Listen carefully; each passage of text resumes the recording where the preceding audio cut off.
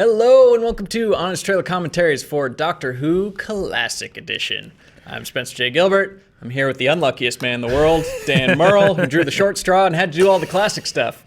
This is the show where we talk about the show you hopefully just watched, Honest Trailers, for our massive undertaking for both Doctor Who's modern and classic. This is in regards to the classic one, not the modern one. That'll be a different video. Do we have deleted scenes? We got anything extra? No, it's all in. We're pretty lean and mean on this one. Yeah. This was interesting. Let's do a little background. Sure. Before we knew what we were getting into, we were like, how should we split this up? And I like to imagine you volunteered, but I could just be remembering that to make myself feel better, that you volunteered to do the classic stuff. I think the question in front of us was this. We had Laura, who donated to our Women in Film event, had specified that she would like us to do the run of the span of the series. And I know that we had discussed, do we do one big trailer? Yeah. Or do we bisect it and do classic and modern? And we talked to a few people, and everyone said classic stuff is so different. And even huge Doctor Who fans, a lot of them, haven't seen all of the classic stuff. Oh, yeah. And so it sounded like they were very... I mean, there are Doctor Who fans who only, or not only, but really prefer the classic stuff, but they're a minority. Yes. It's mostly when you say Doctor Who, you think from mid-aughts onward. So I think you're right. I think we looked at the number of episodes of the modern series, and then we decided there's no way for anyone to watch all of the classic stuff. So we talked to Riley, who is on was our Who expert, and she was amazing and was our font of knowledge and information. And I think she gave us some good episodes, and then I went online and just looked at some and gave you a viewer's guide to classic Who. Right, some episodes to look at. I think there's about 200 in total, give or take. And I think that we looked at it and said well, it makes the most sense to split it up so that I had a roughly equivalent amount of stuff to watch as you guys did. This is a terrible idea. That was not the way to go. It was very, at times, challenging. Let's start with the positive. Yes. What did you find charming? What did you enjoy about classic Who, having not seen modern Who? None of us had. I have not seen any modern Who, and you guys didn't have time to see any classic Who. Right. So there was not much intersection between our work on this. I found that in retrospect, I enjoyed it more than I did when I was in it. It does feel very dated, and I think that the difference between the classic stuff and from what I've seen of the modern stuff is that modern Who, the story of every episode is 40 some odd minutes. And with the classic stuff, I think their eye was not always so much on we have to tell a compelling story as we have to fill 20 to 30 minutes a week of programming. So I found that a lot of BBC budgets, which especially back then, it was Yes. a fraction of a penny of your tax dollars at work. Yeah. I felt that a lot of the classic stuff that I watched had compelling elements, but that they were drawn out over way too many episodes, and so there was a lot of narrative dead ends and a lot of time filler, and it became difficult at times to get through because there were long stretches where nothing much seemed to be happening. You looked like you were staring into the void there for a while. It got difficult. So I think looking back and in retrospect, looking at the experience in total, I feel like I enjoyed the bulk of it more than I did the individual experience of getting through all of it. I do see now how people have their favorite doctors because William Hartnell is different from Patrick Troughton, is different from John Pertwee, is different from Tom Baker. They all have very distinct personalities, and I liked parts of different parts of them. Toward the end, it got rougher, and if, in all honesty, I probably watched the least of the 7th and 8th Doctors, or the 6th, 7th, the 8th one was just the one movie. I think I lose track. But after the post Tom Baker was probably what I watched the least of because as you go through even the Doctor Who classic forums and stuff, finding these are the classic episodes. If there's ever an episode that people said this is a must watch, I watched it. Yeah, and then I would also watch the worst. I would find which ones people thought was the worst because I wanted to get both. I wanted to get a flavor of everything. Well, let me tell you, as someone who started, part of the way into modern Who, that was my assigned portion. Yeah. You don't need to watch the classic classic stuff at all to appreciate it. Like I got what was happening after half a season. And listen, if we had decided on our own how we were going to do Doctor Who, I think we would have probably said we'll start with the 2005 and on. But we had an obligation. We had a mission. We had committed to do something. We would not let Laura or Women in Film down. Yes. There we go. And just so you know that I do know my doctors, I know that Tom Baker's 4th. Yes. And Peter Davidson is 5th. And Okay. Colin Baker is 6th. Pete Davidson? Not Fifth Pete Doctor? Davidson. That's cool. No, not Pete Davidson. Looks like an alien. And then Colin Baker, and then Sylvester McCoy. And then you have the Fox TV movie, which is the one-off Doctor. With, is it Alan Rickman? Eric Roberts. Eric Roberts, okay. Close. Almost. He was almost Almost. the Doctor. I think I read Almost, that yes. somewhere. Anyways, let's There you take... go. Well, hang on. Before we start, I'm feeling a little naked here. Oh my. Oh. Here we go. Cool Harry Potter scarf you got there, Dan. Oh, boy. Oh, I just launched 1,000 comments. Let's watch Doctor Classic Who. Doctor Who. Classic.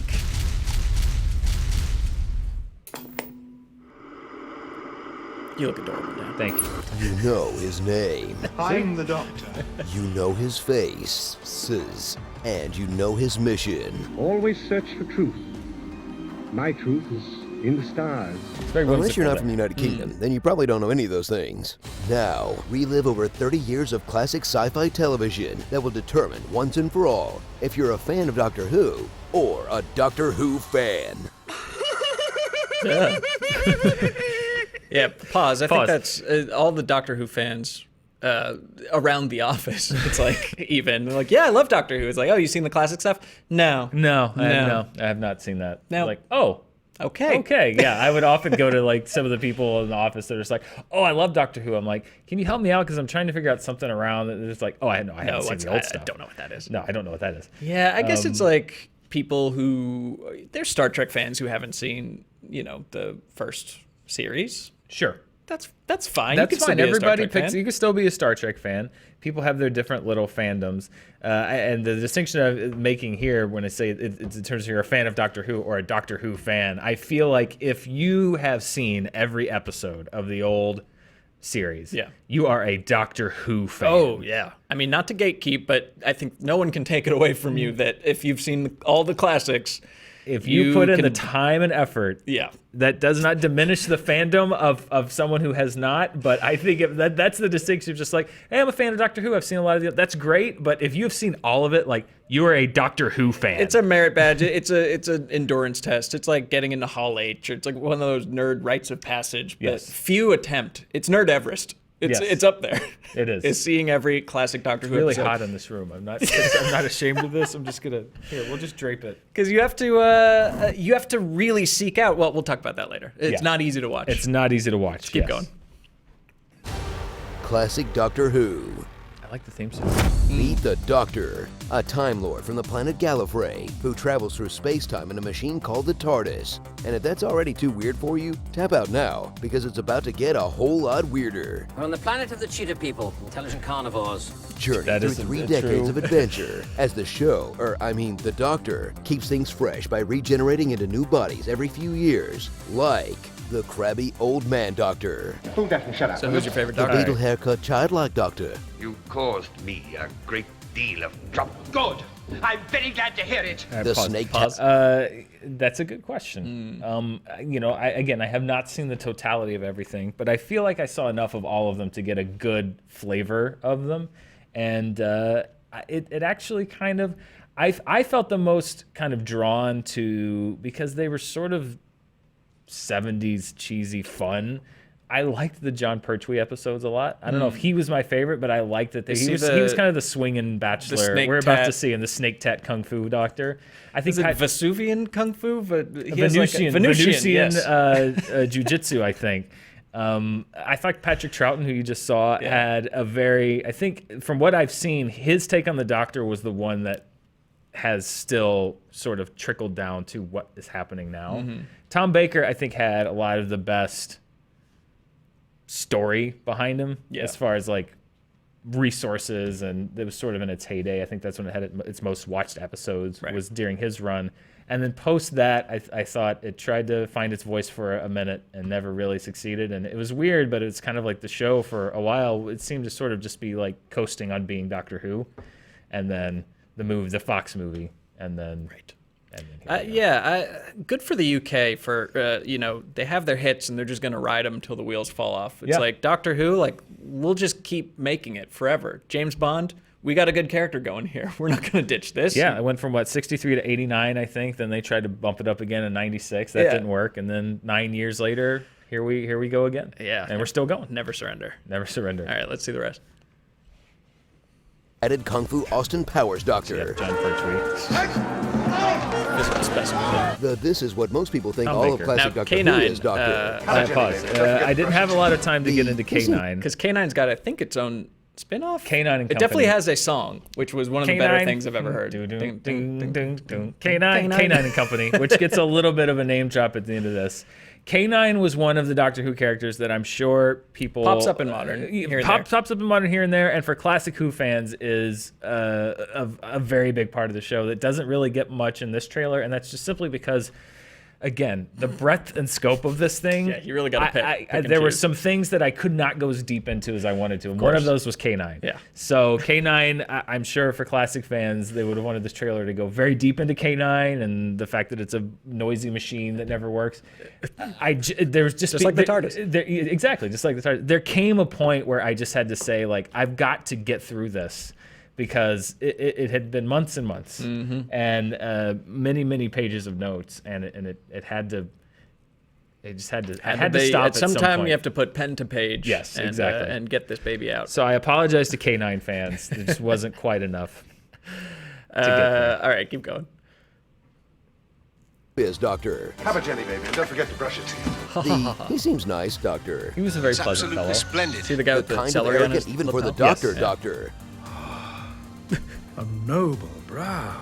The almost out of gas, coasting on goodwill Doctor. It's like the get free money from the government. Matthew Lesko. Matthew and the TV movie one-off George Lazenby Doctor.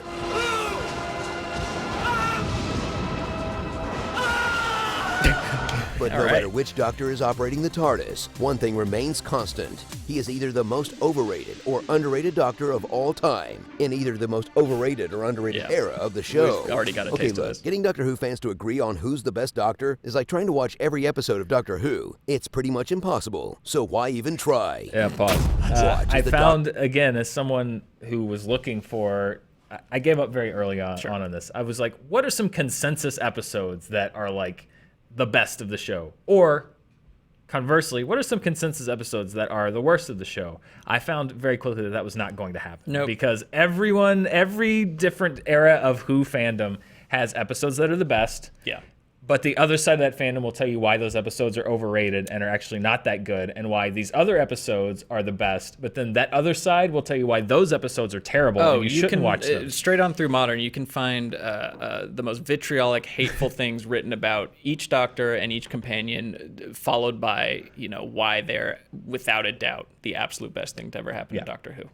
There's been because it's been going for so many decades. There's been time for groundswells of support and backlash to the backlash and backlash to that backlash, and it's just swinging back and forth in this never-ending time void. Yeah, it got to the point where I just had to go to like 5 different sites and literally write like in a spreadsheet like which episodes were recommended here, and then talk to Riley and get some recommendations there, and then sometimes just go through and look at just like random ones that I thought were, this seems useful, or it's like, well, I see that, I go through and look at clips and be like, okay, where did this clip come from? It came from that episode. Okay, I'm going to watch that one. It was I'm sure that there are classic fans that are like, well, you could never really comment on the series unless you've seen the whole thing. I would have liked to. In a world where there was unlimited time, I would have definitely sat and watched. Done that. I would have done that, but I hope that fans will think that we'll find this representative of the show. That's really what we were going. That's for. our one hope. We'll see. I'm sure it won't. Keep going. Doctor and his companions take on some of the most iconic villains of all time, like the Daleks. Exterminate him! Exterminate him! Exterminate They don't get much better. The Cybermen. No, that's pretty much in final form. Doctor. Those do get better. The evil Time Lord, the Master. Then spend the other 90% of the show watching whatever villains the crew could throw together on a low budget. Like Killer mannequins! Look out, Autumn! I actually like that quite a bit. The bubble It's rat very monster! creepy. Yeah. There's an actually made a bubble rat. Rubber spiders! That's fun. Planet of the Spiders.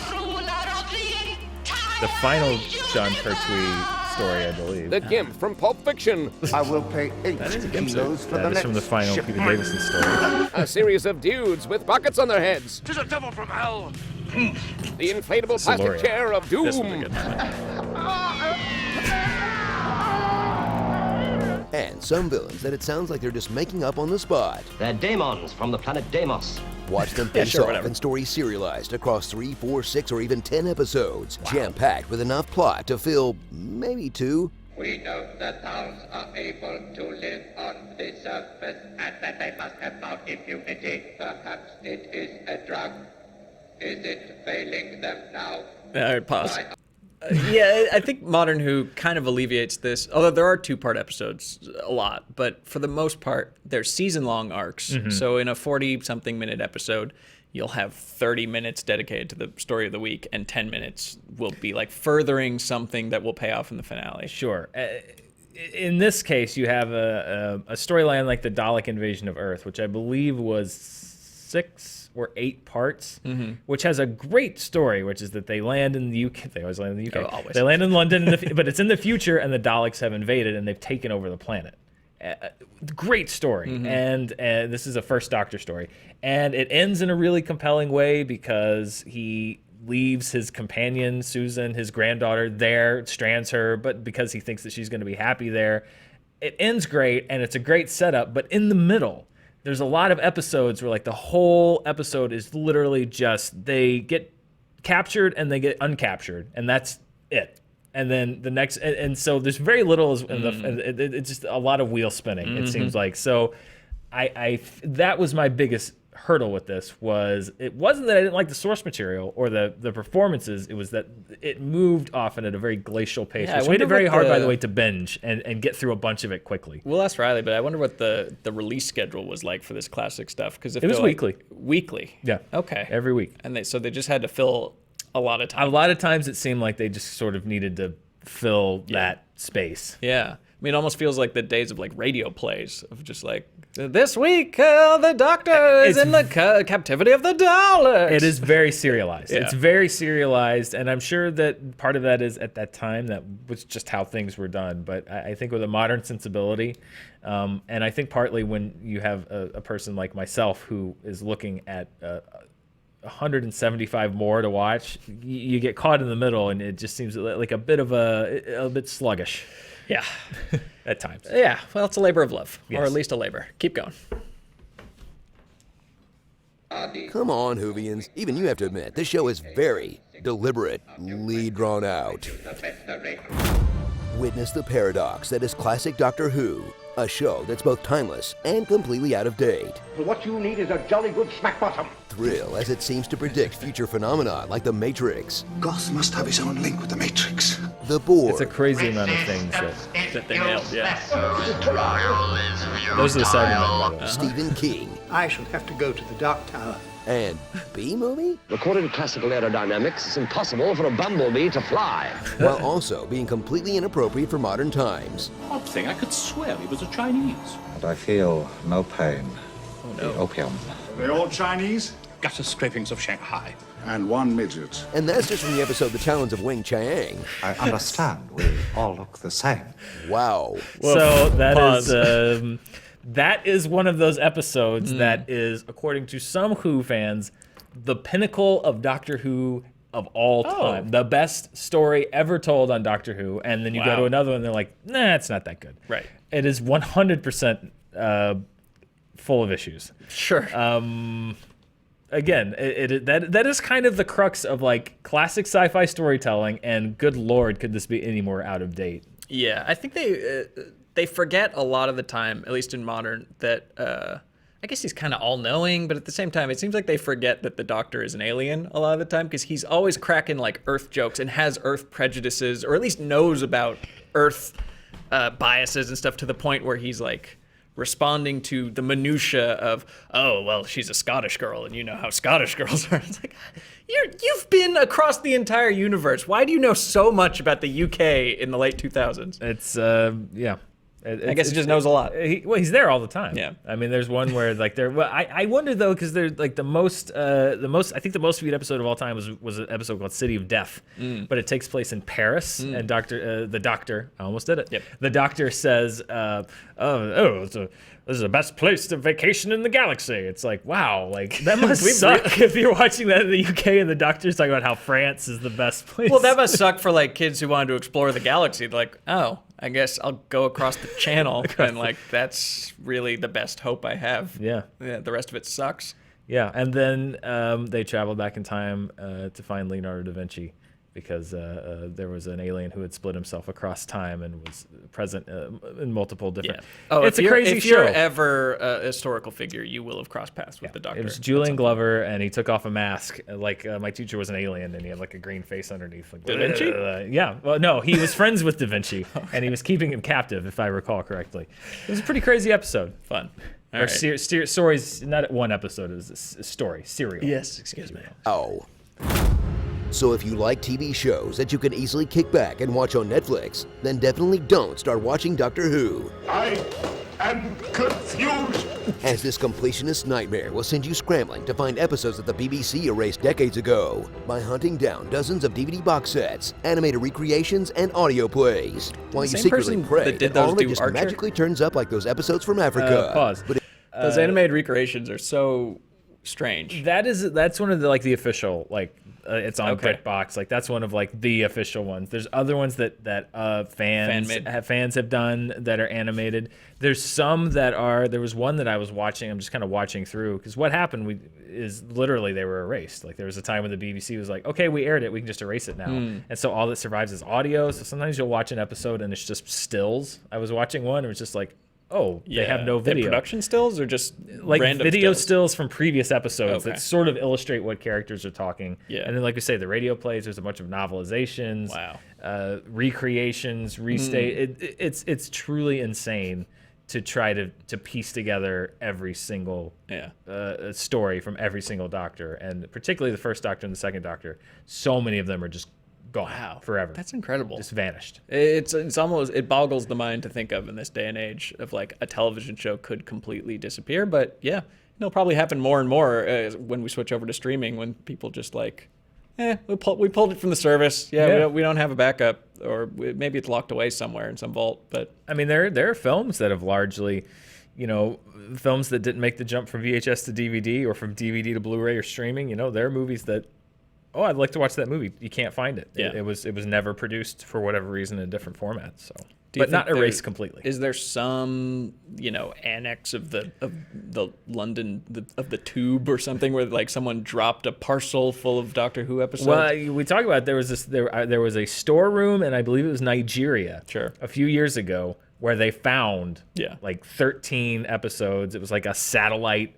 operation from the BBC that someone had made a taped backup of Doctor Who 50 years ago, and they just miraculously found these like 10 episodes that people had thought were gone forever. So there's always the chance. Search every former colony of the British Empire. We'll find the Doctor Who missing episodes. I promise you they have scoured the globe to try to find these things.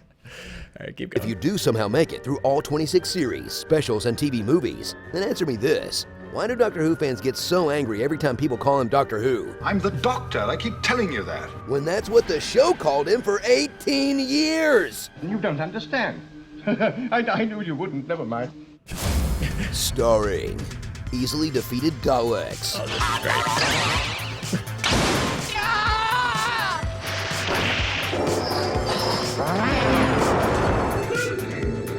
That's my favorite. Slow deaths. Gotta eat up that runtime. Yeah. Milk it. I think part of it was that these were not stunt people. No. So they did it at whatever speed was safe for them.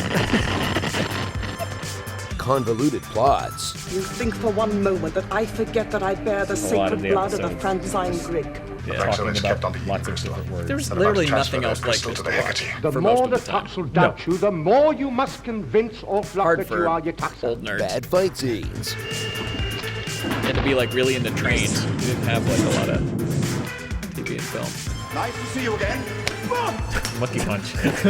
Blood lines. And you both knocked, you knocked both Susan and I unconscious. There was no take two for a lot of You these. found the inner compartment containing 3 Daleks? They animated it. Villains, who yell? The accumulation of evidence is overwhelming! The Mentians are heading towards Sector 5.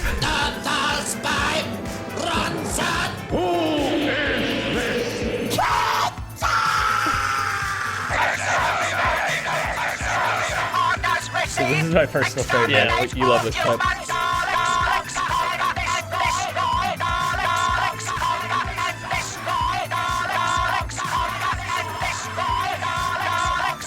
Okay, I'll do anything. I'll listen to the Big Finish audio plays. I'll watch Canine and Company. Just make it stop. Make it stop! Inspector Spacetime. Community reference there. Oh, okay. Inspector Spacetime was there. So the sonic screwdriver, that's basically just a fancy door opener, right? Yeah, it is in a modern handle. Yep, that's what I thought. About half of what he uses it for is It's almost I can't open the thing. It doesn't work on this lock. Or it works on the lock if they depending on the plot needs. Yeah. Yeah. So yeah, that's classic Doctor Who. You did it, man. I did it. I do feel I understand why if you grew up with it, that this would be it would be very endearing to you. It is very daunting. Yeah. And I'm not gonna lie, a little difficult to jump into cold. But I feel like I get it. I get it. I certainly get it. And I do think that's almost more insulting to fans than like I don't like it. Like I get it. No, but what I mean is that I removed from it, looking back on it. Yeah. It is much more endearing than it was while I was watching it. So I think I can see why so many people that grew up with it, looking back on it, remember the kind of fun and quirky stuff about it and the stuff they enjoyed. And it does get philosophical, and it's very profound in different moments. And so I understand, particularly with the value of hindsight, how week to week maybe. It could be a little difficult to get through, but looking back on it, I see why people enjoy it so much. Well, like just even in watching the Honest trailer and then watching a few episodes over your shoulder, it's like there's some retro charm to it. It is especially if you just like English culture in the 60s and 70s. It's just fun to look at. It's like watching an old Beatles movie. It's very mod. And I also it was fun, while it may not have been ideal for a fan of the show for this to be the way for a newcomer to experience it, it was fun to sort of fast forward a little bit in the sense of like, I'm not watching all 7 years of the 60s at once. So, I'm going from 63 sometimes to like 65 to 67 to 68 and then jump to like 70. And like you can follow it through the decades, and even just watching the credits evolve. And the tone of it, like it starts off as this sort of 60s horror sci-fi, and then it goes into kind of with the 70s. You get that kind of James Bond, Roger Moore era, velvet suits, action type show. You can see where pop culture was, and then you get into the mid to late 80s, and it's that sort of gothic horror. The kind of stuff that you were seeing with like Twilight Zone, the series at that time, and like all of these sort of like mid 80s to late 80s shows that were like capitalizing on like the horror genre. And it is kind of fun to track the show. That's cool. Yeah, and you definitely don't it. get that in the new one. It's because what happened to culture between 2005 and today, not much. Yeah. So thank you for your service, Dan. Yes, it was. I hope that people liked the trailer. I hope they liked it too. I hope that they like the other one as well, which we will be doing a commentary for shortly after this one. Yes. Man. You actually checked out the newest episode of the new one, so I did. Will you be moving forward with who? I don't know. I honestly don't know. I totally get the charm of it, but I'm not entirely sure that it's for me. Well, I appreciate your honesty. Yeah. And I appreciate your watching. So thank you for giving us a chance. Please be kind, just like the doctor would, some of the doctors. And check back right now as a video before or after this one for the Honest Trailer commentary for Doctor Who Modern. See you later. Thanks.